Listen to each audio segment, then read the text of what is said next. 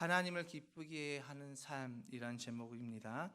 오늘 본문의 말씀은 데살로니가 전서는 본문의 말씀이 기록된 이 데살로니가 전서는 바울 서신 가운데 가장 먼저 기록된 서신으로 알려져 있습니다. 그래서 데살로니가 교회에서 일어나고 있는 임박한 종말 사상으로 신앙의 혼란을 겪고 있는 성도들을 위해서 바른 재림관과 또 종말관을 가르치길 목적으로 이 서신이 기록이 되어 있습니다.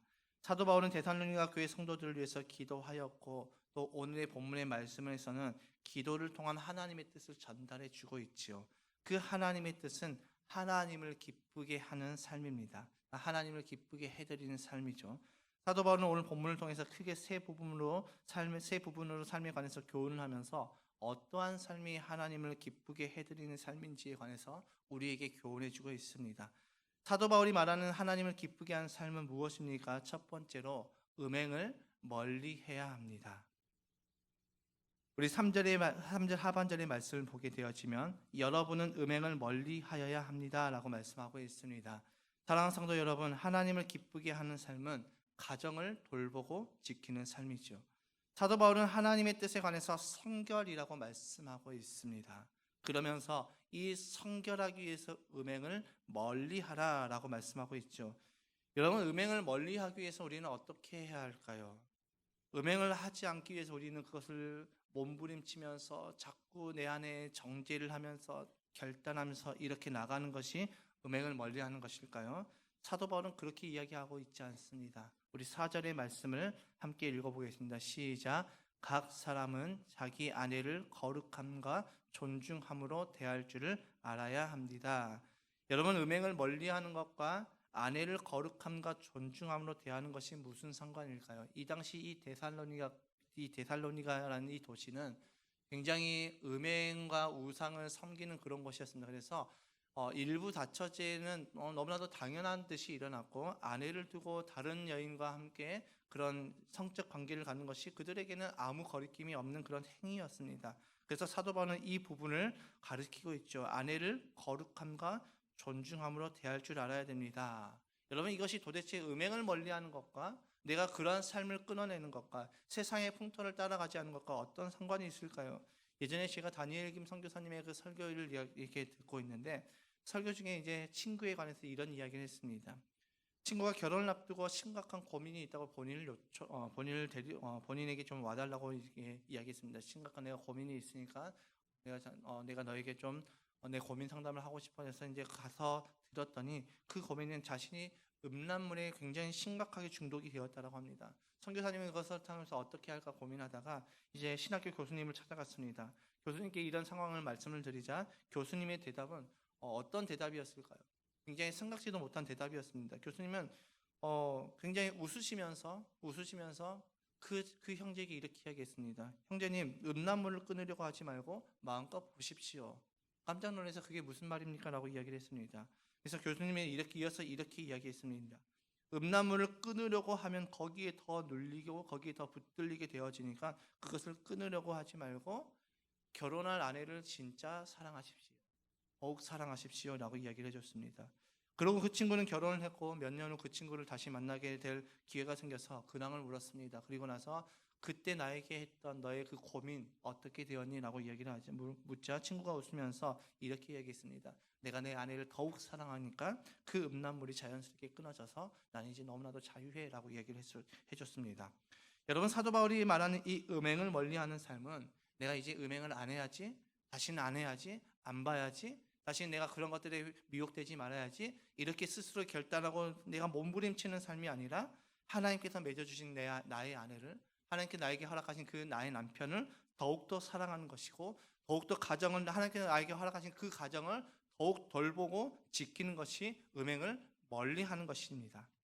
우리가 성결하게 되는 것은 내가 고행을 하면서 내가 40일 금식을 한다고 해서 내가 거룩해지냐, 내가 40일 금식을 했다고 해서 나의 죄성이 끊어지냐, 아니라는 것이죠. 제가 예전에 섬겼던 한 목사님의 40일 금식을 하고 나서, 그때가 두 번째인가 세 번째 금식을 하고 나서 이제 집으로 복귀해서 이제 본인이 이제 보식을 하는데 옆에서 가족들이 삼겹살을 구워 먹고 있었습니다.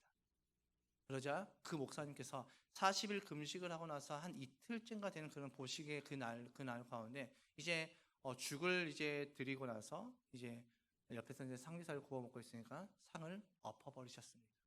여러분 40일 금식을 했다고 해서 나의 혈기가 끊어지느냐? 아니라는 것이죠.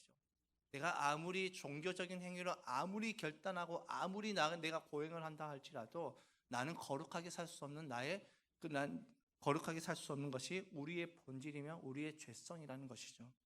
그래서 내가 성결하게 되는 것은 내가 고행을 하면서 참아내는 것이 성결하게 되는 것이 아니라 나를 구원하여 주신 그 예수 그리스도를 더욱 바라보며 그분을 사랑하는 것이 우리가 성결하게 되는 것이죠. 음행을 멀리하는 것도 마찬가지입니다. 내 아내를, 내 남편을 더욱 사랑하고 가정을 돌아보면은 음행은 자연스럽게 떨어지게 되어 있습니다. 그런데 자꾸 내가 내 아내와 같이 있지 아니하고 내 남편과 같이 있지 아니하고 나의 혼자만의 시간을 누리고 즐기고 있으면 그 틈을 타서 사단은 우리를 미혹한다는 것이죠. 하나님께서 맺어주신 그 짝에 만족하지 않고 자꾸 곁눈질로 다른 것을 보게 되어지면 우리는 넘어질 수밖에 없다는 것이죠. 내가 신앙생활 오래 했어? 나 금식 많이 했어? 나 기도 한 번 하면 하루에 10시간씩 기도해? 그것이 우리의 음행을 막아주는 것이 아니라 하나님을 더욱 사랑하고 하나님의 사랑을 기억하고 하나님께서 나에게 허락하신 그 가정을 더욱 사랑하는 것, 그것이 음행을 멀리하는 삶이라는 것이죠. 그래서 성결의 첫 번째는 하나님께서 나에게 주신 것을 바라보고 거기에 온전히 나의 마음을 쏟는 것입니다. 그런데 문제는 무엇입니까?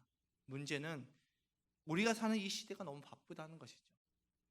너무나도 바빠서 가정을 돌아보지 못하는 경우가 발생하게 되어지고 너무나도 바빠서 부부가 함께하지 못하는 경우들이 너무나도 당연하게 발생되어진다는 것입니다. 때로는 사역이 너무 많아서 가정을 돌아보지 못하는 경우도 빈번하게 발생하게 되어지는 것이죠. 제가 세대통합 컨퍼런스 때 들었던 내용인데 어떤 사모님이 교회에 그 부교육자와 함께 부적절한 관계를 맺었다라고 이야기했습니다. 그 일이 발생되게 된 이유가 무엇이냐면 담임 목사님은 너무나도 교회가 크기 때문에 너무나도 바쁜 것입니다. 바빠서 사모님을 잘 돌아보지 못하고 챙기지 못하는데 그 밑에 부목사님이 굉장히 좀 흔히들 말하면 F 성향이었던 것 같습니다. 좀 잘 돌아보고 또 이렇게 굉장히 좀 공감을 잘해주고 그런 성향이었던 것 같습니다. 그래서 이제 부목사님이 이제 목사님을 대신해서 어떤 일처리를 하면서 그렇게 하면서 사모님이 그 부목사님께 마음이 열려버렸던 것이죠. 그래서 그렇게 부적절한 관계가 맺어졌다는 것입니다. 여러분 또 어느 장로님은 제가 만났던 한 장로님의 아내분은 남편이 장로가 되자마자 진지하게 이혼을 고민했다는 것이죠. 왜 이런 일들이 일어날까요?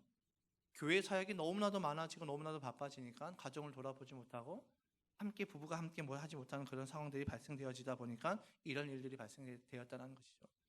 어떻게 보면 너무 바쁘다는 그것은 어쩌면 우리에게 있어서 우리가 정말 하나님께서 주신 것들에 대해서 깊게 묵상하지 못하고 깊게 그것을 감사하지 못하게 되어지는 그런 일들로 이어진다는 것이죠. 존 마크 코머 목사님께서 쓰셨던 이 슬로우 영성이라는 그 책에서 목사님은 이렇게 표현하고 있습니다. 바쁨은 사단의 영역이다. 여러분 이것은 성경에 분명히 없는 내용이지만 저는 지금 이 사회를 바라보면 그 말은 정말 맞다라고 저는 생각되어집니다. 너무 바쁘다 보니까 가정을 돌아보지 못하고 그것 때문에 가정이 깨어지는 모습이 나타나고 있는 이 시대입니다. 너무 바쁘다 보니까 하나님께 집중하지 못하고 그 믿음이 흔들리고 하나님께 나아가야 될 그것을 자꾸 미뤄지게 되는 것입니다.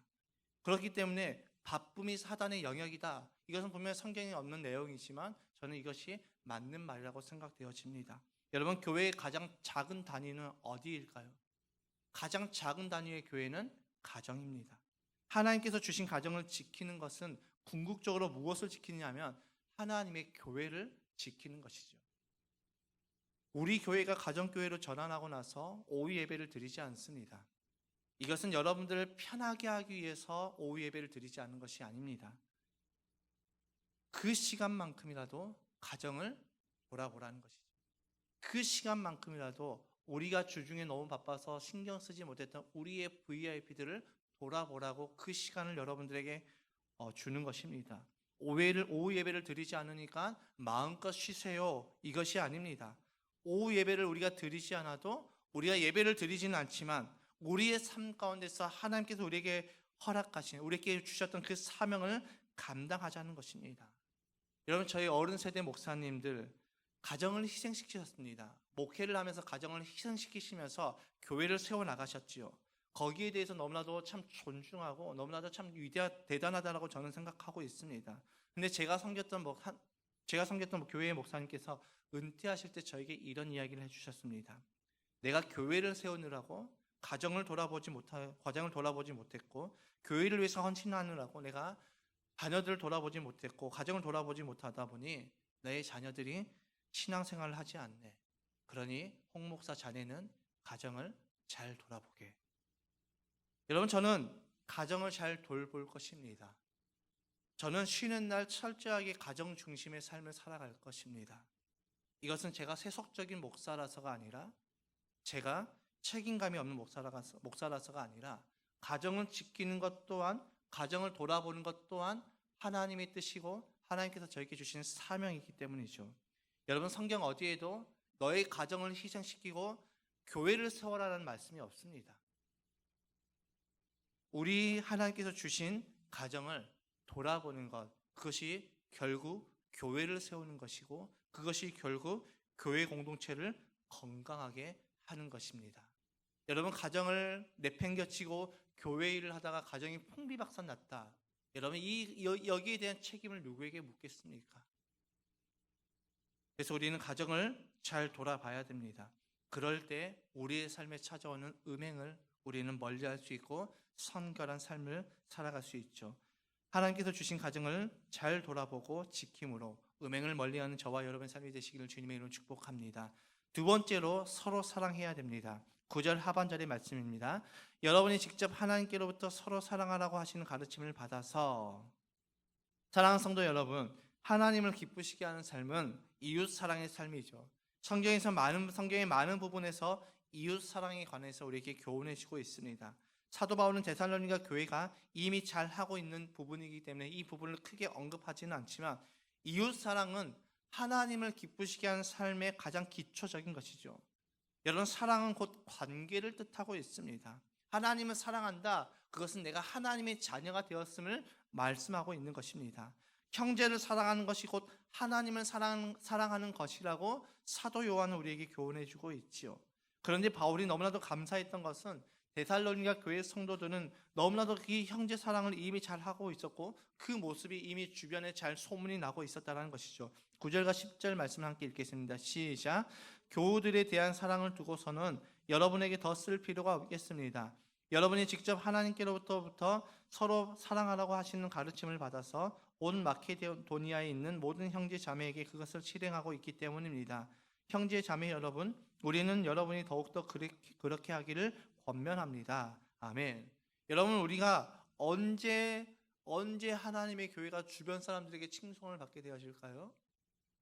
그것은 우리가 서로 사랑할 때 하나님의 교회는 주변에게 칭송을 받게 된다는 것이죠.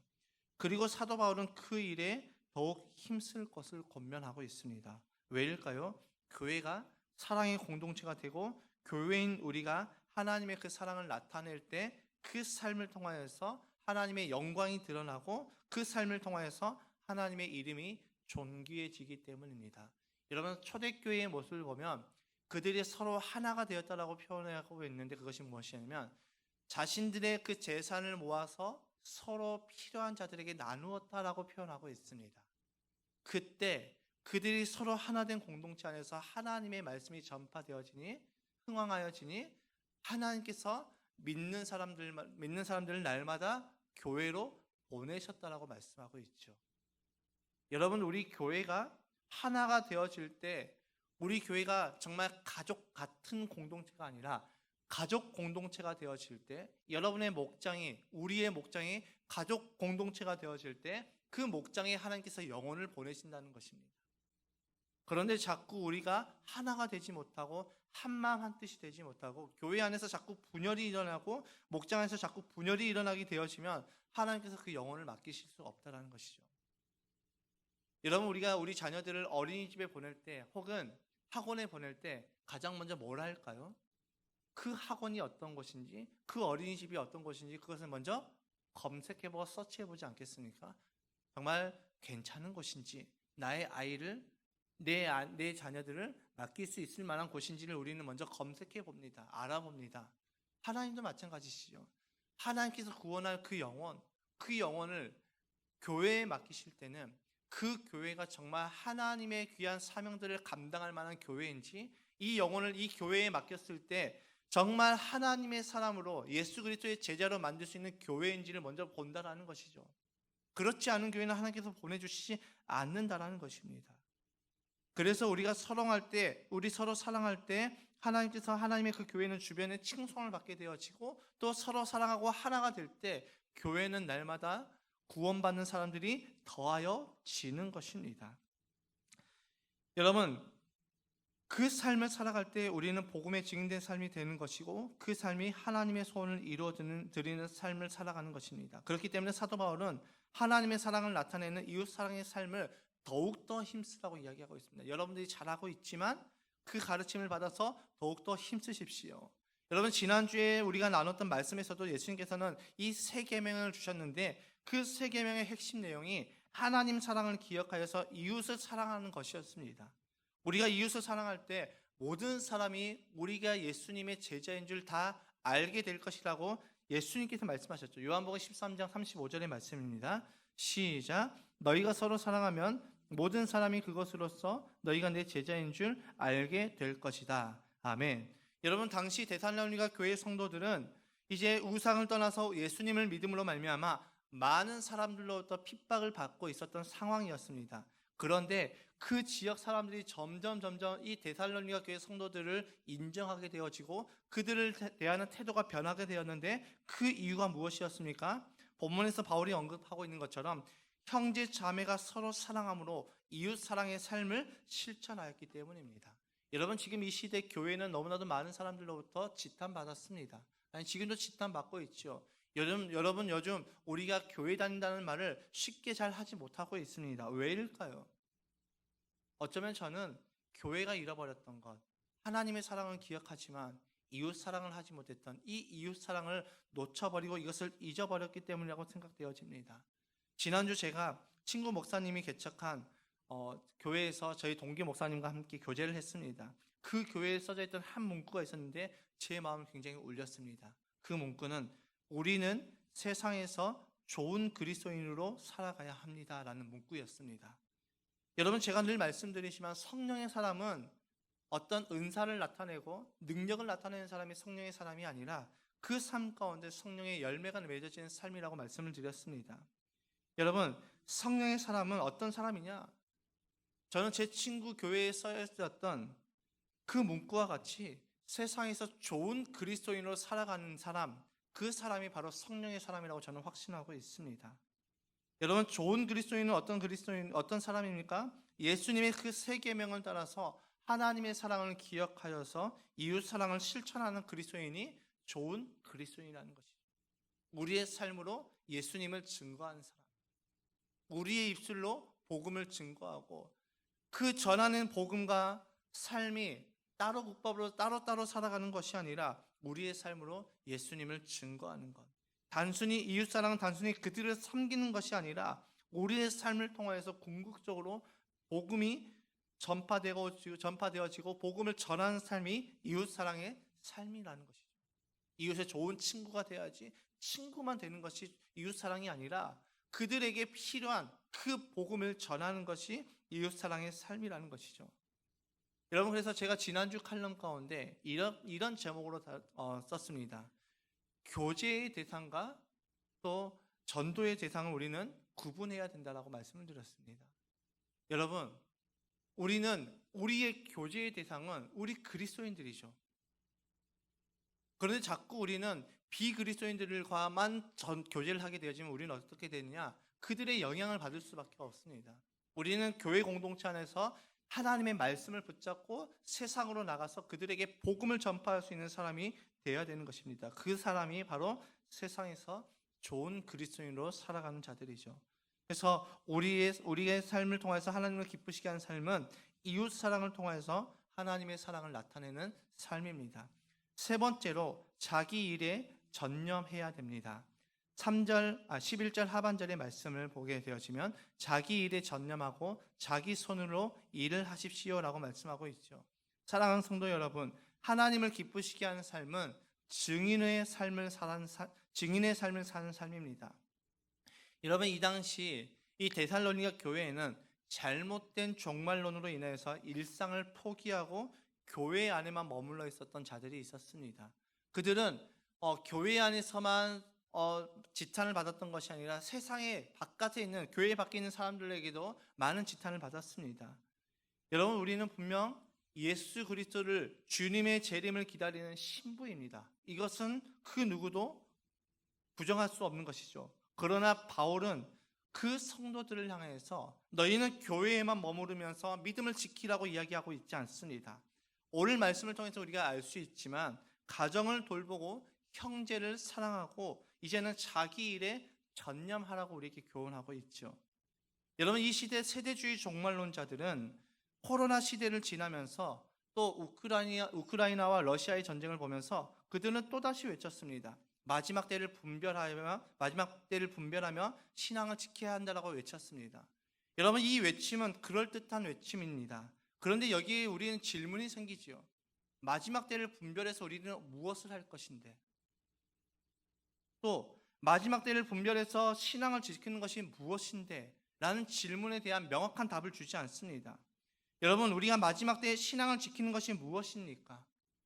여러분, 코로나가 창궐했고 전쟁이 일어났으니까 대비해야 된다라고 외치는 저들의 그 외침 가운데 무엇을 대비하라는 것입니까? 명확하지가 않습니다. 예수님께서 승천하신 이후에 지금까지 수없이 이 666 짐승의 표는 바뀌어 왔습니다. 불과 10년 전만 해도 베리칩 이야기가 온 세상을 떠들썩하게 했습니다. 베리칩 받으면 구원 못 받는다, 베리칩 받으면 이제 조종을 당한다, 수없이 그런 이야기가 떠들썩했지만 지금은 쏙 들어갔습니다. 더 이상 베리칩에 관해서 이야기하고 있지 않습니다.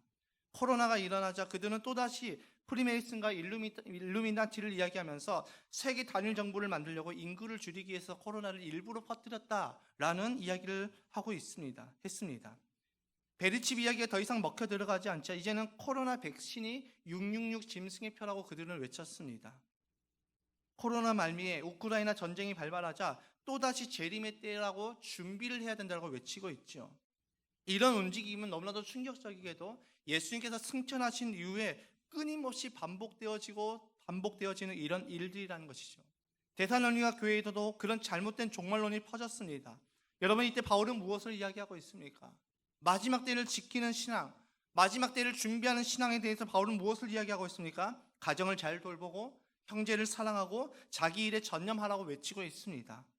여러분, 지금 이 시대에 종말을 외치는 자들의 이야기를 들어보면 바울의 가르침은 잘못된 것 아니겠습니까? 준비해야지요. 대비해야지요. 우리끼리 모여 있어야 되죠. 종말을 기다리는 성도의 신앙의 모습을 바울은 자기 일에 전념하고 자기 손으로 일을 하라고 가르치고 있습니다. 즉 무엇입니까? 여러분의 일상을 살아가십시오. 마지막 때입니다. 마지막 때를 준비하고 시대를 분별하고 마지막 때를 준비하는 신앙은 여러분의 일상을 살아가는 것입니다 라고 사도 바울은 외치고 있습니다. 그리고 그 삶이 종말을 기다리는 성도의 삶인 동시에 하나님을 기쁘게 하는 삶이라고 사도 바울은 외치고 있다는 것이죠. 유명한 철학자 스피노자는 이렇게 이야기했습니다. 내일 지구가 멸망할지라도 나는 오늘 한 그루의 사과나무를 심겠다. 여러분, 이 모습이 마지막 때를 준비하는 신앙이며 우리의 삶의 모습이어야 됩니다. 내일 주님이 재림한다 오신다 할지라도 나는 오늘 나에게 허락하신 그 하루를 최선을 다하면서 살아가는 것, 그것이 우리 크리스천들의 삶이고 그것이 마지막 때를 준비하는 신부된 우리의 삶의 모습이라는 것입니다. 여러분, 주님이 승천하시면서 우리에게 하셨던 말씀은 야, 너희들 이 시대를 분별하여서 너희끼리 모여서 신앙을 지켜야 한다고 말씀하시지 않았습니다. 성경 어디에도 그런 말씀은 없습니다.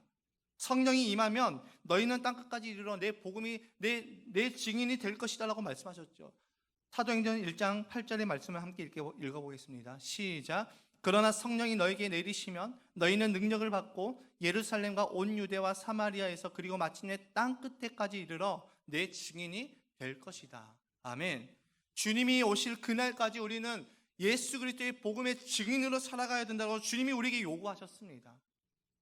마지막 때를 분별하고 마지막 때를 지키는, 마지막 때를 대비하는 신앙은 우리가 세상과 단절하여져서 우리끼리 모여 있고 우리끼리 모여서 기도하고 있고 산속에 들어가서 교회에 기다려서 주님 오실 때까지 그 재림을 바라보면서 휴거를 바라보면서 기도하는 것이 마지막 때를 기다리는 신앙이 아니라 사도 바울이 이야기하는 것처럼 자기 일에 전념하고 자기 손으로 일을 하십시오. 일상을 살아가는 것입니다. 복음의 증인으로 살아가는 것이 무엇입니까? 세상 가운데서 우리는 교회로서의 삶을 살아가는 것이 복음의 증인된 삶입니다. 여러분, 우리는 세상으로 나가야 되는 것이죠. 그래서 그러라고 주님께서 이 세상 가운데 교회를 세우셨고 교회인 저와 여러분들을 부르셨습니다. 교회 공동체를 부르시고 우리를 각 교회로 세우시고 흩어진 교회로서의 삶을 살아가라고 우리에게 그 사명을 주셨다라는 것이죠. 데살로니가 교인들에게 일상을 살아가라는 그 사도 바울의 교훈은 우리는 주님이 다시 오실 때까지 복음의 증인으로 살아가야 됩니다라는 것을 외치는 것이지요. 마지막 때 여러분, 수많은 세제주의 종말론자들은 수많은 음모론들을 통하여서 우리를 두렵게 만들 것입니다. 그러나 성경은 주님이 다시 오실 그날은 우리에게 두려움의 날이 아니라고 분명하게 선언하고 있습니다. 여러분, 신부가 결혼식을 준비한 날이 두려움의 날이겠습니까? 기쁨의 날이지요. 신랑 되신 예수님께서 이 땅에 오시는 것은 우리에게 기쁨의 날이라는 것입니다. 성령으로 인침을 받았다. 그것은 우리의 삶의 어떠함으로 인해서 하나님의 구원을 취소하겠다는 그런 말씀이 아니라 하나님께서 우리를 인치셨다는 것은 우리로 하여금 그 나라에 들어간다라고 약속하시는 것입니다. 여러분, 이 마지막 때는 주님께서 승천하신 그 직후부터 계속해서 마지막 때였습니다. 이 마지막 때를 살아가는 우리를 미혹하는 그 소리에 귀를 기울이지 말고 예수님께서 우리에게 명령하신 그 증인의 삶을 살아가는 저와 여러분의 삶이 되시길 주님의 이름으로 축복합니다. 그 삶이 하나님을 기쁘시게 하는 삶입니다. 그래서 우리는 주님 오실 때까지 증인의 삶을 살아가야 되는 것입니다.